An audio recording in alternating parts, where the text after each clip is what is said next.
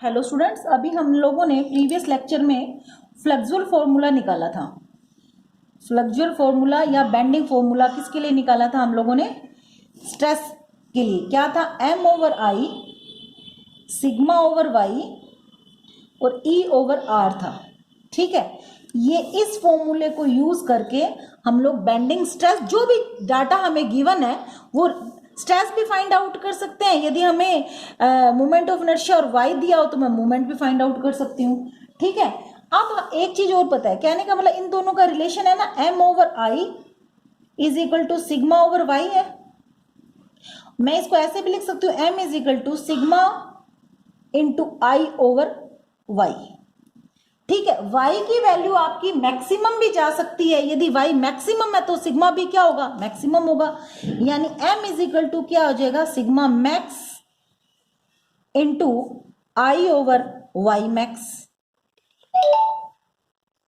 ठीक है, y max.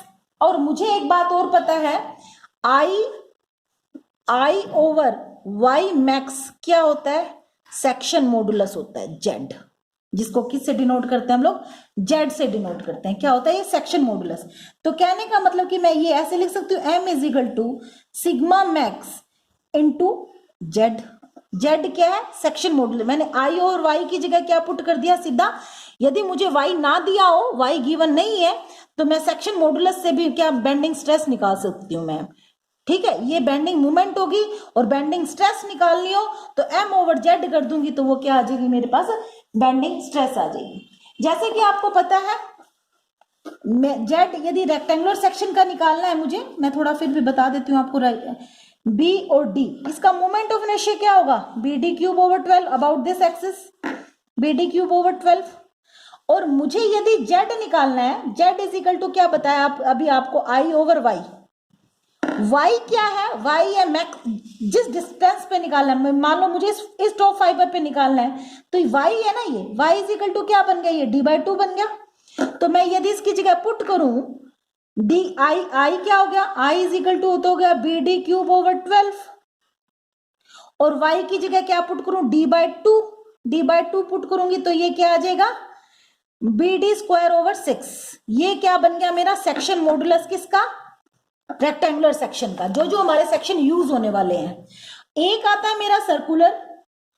Circular का आपको मोमेंट ऑफ इनर्शिया पता है, पाई बाय 64, पाई डी की 4 64 बाय डिवाइडेड बाय 64। और आई ओवर वाई, वाई क्या होगा? I over y is equal to Z. और वाई क्या है? वाई है मेरा d by two, dia by two. इसकी जगह यदि मैं पुट करूंगी इसमें आई और वाई की वैल्यू, तो जेड इज इक्वल टू क्या आ जाएगा मेरा? आई तो आ गया पाई बाय 64 इंटू डी 4, और वाई की जगह क्या पुट कर दू? D by to, 232। और ये गया, ये क्या बन गया? पाई डी क्यूब ओवर 32। ये क्या आ गया? सेक्शन मॉडुलस किसका? सर्कुलर सेक्शन का। ठीक है, इसी तरह एक न्यूमेरिकल हम लोग कर लेते हैं, जिसके अंदर आपको दिया ये दिया हुआ है आपका, एक वुडन फ्लोर है, एक कोई रेक्टेंगुलर बीम है जिसका साइज है 60 mm वाइड है, 150 mm डीप है, सिंपली सपोर्टेड बीम है, स्पान है 6 मीटर का। ठीक है, क्या बोला इसने? एक सिंपली सपोर्टेड बीम, ये रहा सिंपली सपोर्टेड बीम। इसके ऊपर आपका सेंट्रल पॉइंट पे लोड लग रहा है 12 किलो न्यूटन का। यहां पे 12 किलो न्यूटन का क्या लग रहा है? अपना लोड लग रहा है। ठीक है, सेंटर पे लग रहा है तो ये 3 मीटर आ गया। टोटल स्पान कितना बताया अभी आपको? 6 मीटर का। क्लियर? ये क्या हुआ मेरा? 6 मीटर का स्पान हुआ। और क्रॉस सेक्शन देखें इसका, तो क्रॉस सेक्शन वो कहता है 60 mm वाइड, विड्थ इसकी 60 mm और डेप्थ कितनी है इसकी? 150 mm। क्लियर? ठीक है, अब आपको उसने बोला है find the maximum bending stress induce in the beam section. आप बताओ मैक्सिमम बेंडिंग स्ट्रेस कहां आएगी? मुझे पता है फ्लेक्सुअल फॉर्मूला के अंदर क्या? M over I sigma over y E over R. इसकी तो मुझे जरूरत ही नहीं है, क्योंकि मैं इससे फाइंड आउट यदि मुझे मैक्सिमम बेंडिंग स्ट्रेस कहता है तो मुझे सिग्मा की वैल्यू क्या निकालनी है, मैक्सिमम निकालनी है। तो मैं एक चीज तो कर सकती हूं, M/I सिग्मा मैक्स, और y किसके इक्वल हो जाएगा, c के इक्वल हो जाएगा। बोलो हो जाएगा कि नहीं हो जाएगा, c के इक्वल ये, ठीक है। m भी क्या लेनी पड़ेगी, मुझे मैक्सिमम लेनी पड़ेगी। तो m क्या है, बेंडिंग मोमेंट इस बीम की। आपको जब भी आप ये चैप्टर जब हम करते हैं, इससे पहले मैंने आपको शेयर फोर्स और बेंडिंग मोमेंट डायग्राम करवाया है, वो आपको अच्छे से आना चाहिए। इसमें क्या होगी, होगिंग होगी ना, सैगिंग होगी या होगिंग होगी। ये देखिए, जब आपका लोड आएगा इस बीम पे जब आपका लोड आता है तो आपका बीम ऐसे जाता है, ये ऐसे चला जाएगा, ऐसे चला जाएगा, यानी कि आपका कर्व ऐसे बनेगी, कर्व ऐसे बनेगी। ये क्या हो रही है, सैगिंग। ये क्या हो रही है, सैगिंग। ऊपर वाला पोर्शन क्या हो रहा है, आपका कंप्रेस हो रहा है। ये ऐसे है ना, आपका बीम ऐसे है, आपका ऊपर वाला पोर्शन कंप्रेस हो रहा है, नीचे वाला पोर्शन क्या हो रहा है, आपका टेंशन में आ रहा है। तो ये क्या हुई, अपनी सैगिंग हुई, सैगिंग हुई। और इसके अंदर क्या हुआ, सैगिंग हुई तो सारी मैक्सिमम पॉजिटिव मूवमेंट आएगी। ये किसके इक्वल होती है, WL/4, याद भी होगा आपको, ठीक है। ये कितना, 3 मीटर का है, 3 मीटर और 3 मीटर। यहां पे मैं मैक्सिमम बेंडिंग मूवमेंट लिख देती हूं, bending movement maximum WL/4, W कितना 12, L कितना 6 डिवाइडेड बाय 4, तो ये आ गया 18 किलो न्यूटन मीटर। ये क्या है, यूनिट क्या है, किलो न्यूटन, स्पान किसमें, मीटर में। तो ये क्या हो गया, 18 किलो न्यूटन मीटर हो गया। यूनिट आपने सेम रखनी है, यदि आप इसको mm में ले रहे हो तो इसको भी न्यूटन mm में कन्वर्ट करना पड़ेगा आपको, ठीक है। I क्या है, मोमेंट ऑफ इनर्शिया, क्या है आपका I, मोमेंट ऑफ इनर्शिया। ये आपको ध्यान भी होगा, इसका मैंने डायरेक्ट फॉर्मूला लिखवाया। बाई चांस आपका सेंट्रिक लोडिंग हो, सेंटर पे लोड नहीं है, तो आप सबसे पहले क्या करोगे, RA और RB फाइंड आउट करोगे। कैसे फाइंड आउट करते हैं, मैं थोड़ा दोबारा फिर बता देती हूं आपको। ये A और B और ये C पॉइंट ले, taking movement about A, movement find out करने का formula, taking movement about A, आपको पहले भी बताया हुआ है। जिसके अबाउट आपने मूवमेंट लेनी होती है उस पर ये थंब को आप बिल्कुल फिक्स कर लो, इस उंगली को आपने फोर्स की डायरेक्शन में मूव करना है। RB ऊपर की तरफ जा रहा है, RB into perpendicular distance, perpendicular distance कितना आपका 6, RB इंटू 6, क्लियर। अब आपका कोई और लोड है, ये लोड आ रहा है, ये लोड किस डायरेक्शन में आ रहा है, नीचे की तरफ आ रहा है। आपने एंटी क्लॉकवाइज को पॉजिटिव लिया तो इसको क्या लोगे आप, anticlockwise, -12 into 3 is equal to क्या, 0, सिग्मा m इज इक्वल टू 0। तो RB इज इक्वल टू क्या आएगा, 12 3 36 डिवाइडेड बाय 6, यानी कि 6 किलो न्यूटन आ गया। और मुझे पता है RA plus RB is equal to क्या होता है, टोटल लोड। कैसे, आप बताओ, आपका ऊपर से जो लोड आ रहा है, ये बीम उन दो सपोर्ट के ऊपर है, इन दो सपोर्ट के ऊपर है। ऊपर के लोड को कौन रजिस्ट करेगा, यहां तो कुछ है ही नहीं, ये दो सपोर्ट उसको रजिस्ट करेंगी। तो आपका ये और ये कितना लोड ले लेंगी, जो ऊपर से लोड आ रहा है। तो यानी RA प्लस RB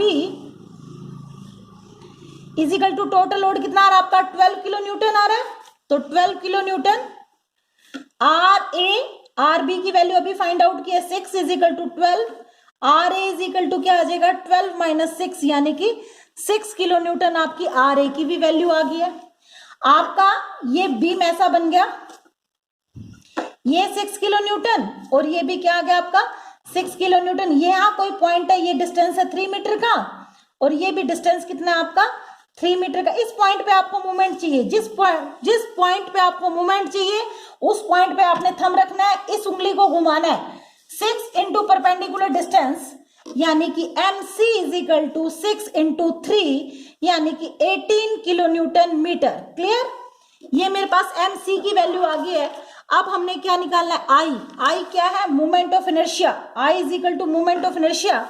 I कैसे निकालेंगे हम लोग, रेक्टेंगुलर सेक्शन है तो BD क्यूब ओवर 12, B कितना है आपका 60 इंटू 150 क्यूब ओवर 12 कर लिया, ये कितना गया 5 गया,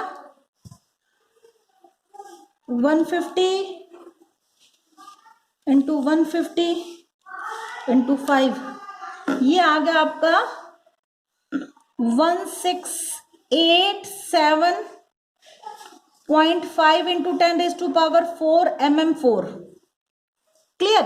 और y क्या है? y है आपका डिस्टेंस। मैक्सिमम स्ट्रेस कहाँ आएगी आपकी?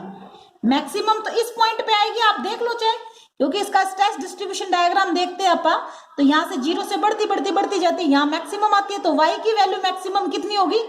150 डिवाइडेड बाय 2 यानी कि 75। y इज इक्वल टू क्या आ जाएगा अपना? 150 डिवाइडेड बाय 2 यानी कि 75 mm आ गया। मैं इस इक्वेशन में पुट कर दूंगी मेरी वैल्यू m ओवर i और सिग्मा ओवर y है, तो मैक्सिमम निकालनी है मुझे वैल्यू, तो sigma mx is equal to क्या आ जाएगा? m into y over I. m की वैल्यू अभी हमने निकाली है, कितनी निकाली थी? 18 किलो न्यूटन मीटर है। इसको 10⁶ से मल्टीप्लाई करूंगी, किलो न्यूटन को न्यूटन बनाऊंगी तो किलो न्यूटन को जब न्यूटन बनाते हैं तो 10⁻³ से मल्टीप्लाई किया, और मीटर को mm बनाया तो 10⁻³ से मल्टीप्लाई किया, ये mm बन गया। तो यानी कि किलो न्यूटन इंटू मीटर है, तो 10⁻³ किससे मल्टीप्लाई कर दिया? इसको 6 से मल्टीप्लाई कर दिया, तो ये न्यूटन mm बन गया। y की वैल्यू अभी बताई 75 और इसकी वैल्यू बताई है 1687.5 इंटू 10⁻⁴। इसकी वैल्यू जब हम देखते हैं तो ये वैल्यू आ जाएगी मेरी 75 इंटू 18 डिवाइडेड बाय 1687.5 इंटू 10। ये आ गई मेरी 80 न्यूटन पर mm स्क्वायर। ये सिग्मा mx कितना आ गया मेरा? 18 न्यूटन पर mm स्क्वायर। एक तो ये फॉर्मूला आई निकाल के, एक हम लोग डायरेक्ट ही, मुझे पता है m over i sigma over y, यदि मुझे सिग्मा mx ही तो निकालनी है, इसको मैं क्या लिख सकती हूँ? m into y over I लिख सकते हैं, और मुझे पता है y ओवर आई किसके इक्वल है? y ओवर आई किसके इक्वल है? z के इक्वल है। ठीक है, तो मैं डायरेक्ट z की वैल्यू भी निकाल सकती थी, bd स्क्वायर ओवर 6 करके, और यहां डायरेक्ट वैल्यू पुट कर देती, तब इतनी ही वैल्यू आती। ठीक है जी, ठीक। हाँ जी, एक क्वेश्चन और करते हैं हम लोग। एक होलो स्क्वायर ले लो, चाहे आप अपना ये रेक्टेंगुलर ले लो, कोई भी पोर्शन ले लो, सर्कुलर ले लो। जैसे मैं एक सर्कुलर सेक्शन लेती हूँ, एक होलो स्टील ट्यूब है जिसका एक्सटर्नल होलो होगी, तो ये ऐसी बन गई। ये क्या हुआ? बीच में क्या होगी? ये होलो होगी, ये बिल्कुल होलो। ठीक है, जिसका इंटरनल एक्सटर्नल तो है 100 mm, ये तो हो गया आपका 100 mm, जिसको मैं डिनोट कर लेती हूँ d से 100 mm, और एक्सटर्नल डाया, और इंटरनल डाया को मैं डिनोट करती हूँ स्मॉल d से 75 mm का। ठीक है, और ये एक सिंपली सपोर्टेड बीम स्पान पे लेड है, तो ये एक होलो सेक्शन किस पे है? सिंपली सपोर्टेड बीम पे। सिंपली सपोर्टेड ही है, 5 मीटर का स्पान है। इसके ऊपर आपका लोड लग रहा है 2 मीटर, W किलो न्यूटन का लोड है। ये A हो गया, ये B हो गया, यहां से 2 मीटर की डिस्टेंस पे। क्लियर? तो यहां से कितना हुआ अपना? 3 मीटर का डिस्टेंस हो गया। अब देखिए, जो भी हम लोग मोमेंट ऑफ इनर्शिया ले रहे हैं या फिर सेक्शन मॉडुलस ले रहे हैं, जो भी ले रहे हैं, हमें सॉलिड सेक्शन का लेना है। सॉलिड सेक्शन का मतलब कि यहाँ तो खाली जगह ही है, इसका तो कोई फायदा ही नहीं हुआ। तो सबसे पहले आप फॉर्मूला लिखेंगे m over I sigma over y, e over r लिखने की जरूरत नहीं है, लेकिन चलो आप एक फॉर्मूला तो लिख ही लो। इसका रिलेशन कई बार आपको कंपटीशन एग्जाम में भी पूछा जाता है। तो अब मुझे क्या है, उसने कहा मैक्सिमम स्ट्रेस निकालिए आप। आपको ये तो पता है y की वैल्यू कितनी होगी? y इज इक्वल टू, तो क्या होगा? 75 बाय जो भी इसका होगा आपका एक्सटर्नल का, उसका हाफ हो जाएगा। ठीक है, अब हम लोगों को क्या करना है? सबसे पहले मैं इसको ऐसे करती हूँ, m इज इक्वल टू क्या हो जाएगा? सिग्मा मैक्स, मैक्सिमम स्ट्रेस बोला है, इंटू आई ओवर वाई। अब आप ऐसा करते हैं, आई ओवर आई ना निकाल के मैं सीधा आई ओवर वाई क्या होता है अपना जेड होता है। बोलो होता है कि नहीं होता? तो मैं डायरेक्ट किसकी वैल्यू निकाल लूंगी? जेड की वैल्यू निकाल लेंगे हम लोग। तो देखिए आप इसकी जेड की वैल्यू कैसे, पहले मूवमेंट निकालते हैं। मूवमेंट इज इक्वल टू, ये देखो ये फॉर्म ये होगा W1 और 3 मीटर, 3 मीटर नहीं सॉरी 2 मीटर है, ये 3 मीटर हो गया। और उसने बोला है मैक्सिमम बेंडिंग स्ट्रेस है 100 न्यूटन पर mm स्क्वायर है उसकी, आपने W फाइंड आउट करना है। कहने का मतलब कि आपको ये दे दिया, अब आपको M है, M के अंदर जो चीज नहीं गिवन है वो देखते हैं अपन, ठीक है। तो मुझे पता है M इज इक्वल टू क्या हो जाएगा, यदि इसका बेंडिंग मोमेंट डायग्राम मैं बनाऊं तो ये क्या होता है, WAB ओवर L होता है। Bending moment, shear force bending moment diagram बहुत अच्छा बताया मैंने, यानी कि bending moment at point C ABC क्या हो जाएगा, WAB ओवर L, ठीक है। W तो W गिवन नहीं है, A कितना है 2 मीटर का है, B कितना है आपका 3 मीटर का है, और L कितना है आपका 5 मीटर का है। तो ये कितना आ जाता है 6/5, यानी कि 6/5 1.2 W किलो न्यूटन मीटर। मैं W को किलो न्यूटन में ही कंसीडर कर रही हूं यहाँ पे, क्लियर, ठीक है। अब मैं क्या करूंगी, जेड फाइंड आउट करूंगी। जेड क्या होता है, π/32 d क्यूब होता है, ठीक है। अब अपने को कैसे करेंगे हम लोग, डी क्यूब कैसे फाइंड आउट करेंगे, तो हम लोग ऐसा करते हैं π/4 π/32 डी की जगह क्या करती हूं मैं, इनकी वैल्यू मुझे तो सिर्फ इसकी चाहिए ना, तो ये क्या हो जाएगा, D इज इक्वल टू क्या हो जाएगा, D cube minus capital D cube minus small D cube, ठीक है। तो मैं ऐसा करती हूं D cube minus D cube कर लेती हूं, या तो ऐसा कर लो आप, नहीं तो आप इसको in the form of moment of inertia निकालो, π/4 64 d4 माइनस d4, ये तो क्या हो गया मेरा moment of inertia, into d/2 कर दूंगी, तो ये क्या निकल जाएगा मेरा, जेड आ जाएगा कि नहीं आ जाएगा, आ जाएगा ना। यहाँ पे जब इसको सोल्व करते हैं हम लोग तो ये वैल्यू मेरी आती है 67, डी इनकी सबकी वैल्यू आपको गिवन है 67 इंटू 10⁻³ mm क्यूब,